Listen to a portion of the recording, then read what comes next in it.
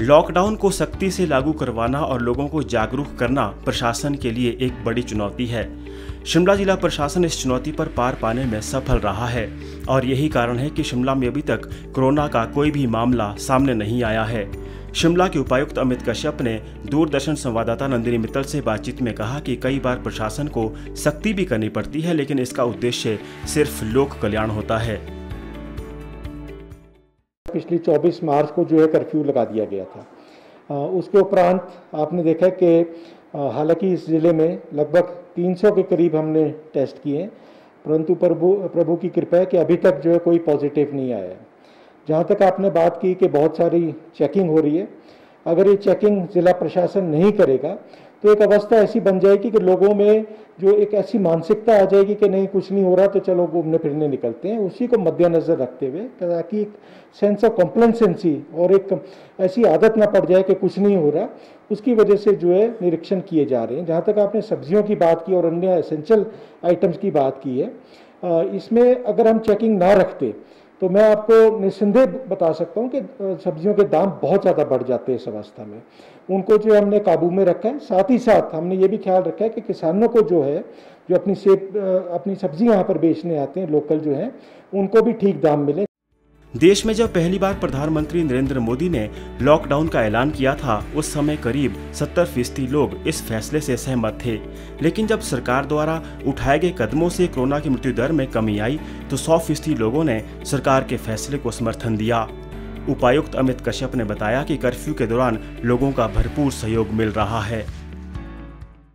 शिमला जिले की अगर मैं बात करूं, और मैंने तो पूरे प्रदेश का देखा है, बढ़ चढ़कर इसमें हमारा सहयोग किया और हिस्सा लिया है। लोगों में खुद जो है मेरे को बहुत सारे सुझाव आते थे कि साहब यहाँ जो है कोई ढील नहीं देनी चाहिए, यहाँ पर थोड़ी सख्ती बरतनी चाहिए। लोगों ने कि एक भावना खुद थी, एक जन भावना जो है लोगों में आई। जहाँ तक ज़िला प्रशासन की बात करूँ, और मैं एक पूर्व में फौज का अफसर रह लिया, तो हमारा जो मोटो है बड़ा सिंपल सा है कि हमारे लिए देश और देश का हित जो है वो सर्वोपरि है।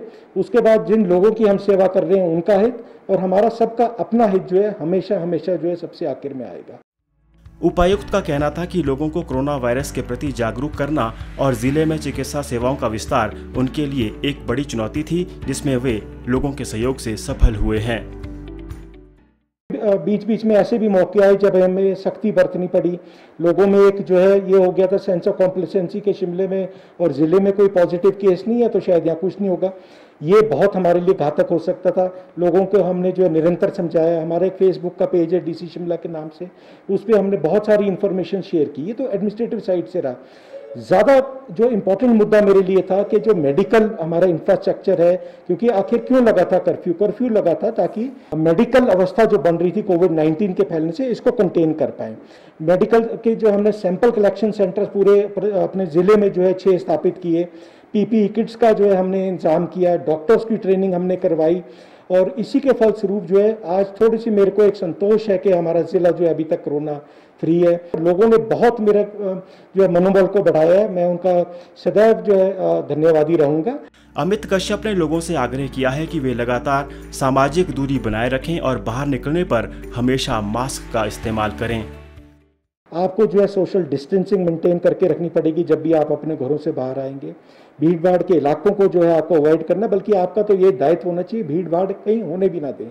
मास्क जो है निरंतर आप लगा के घूमें, और अपने जो हाथ हैं हैंड सैनिटाइजेशन उसको निरंतर नियमित रूप से करते रहें, तभी जो है हमारा इस बीमारी से, इस वायरस से जो बचाव हो पाएगा। नंदिनी मित्तल के साथ वेद प्रकाश, डीडी न्यूज़ शिमला।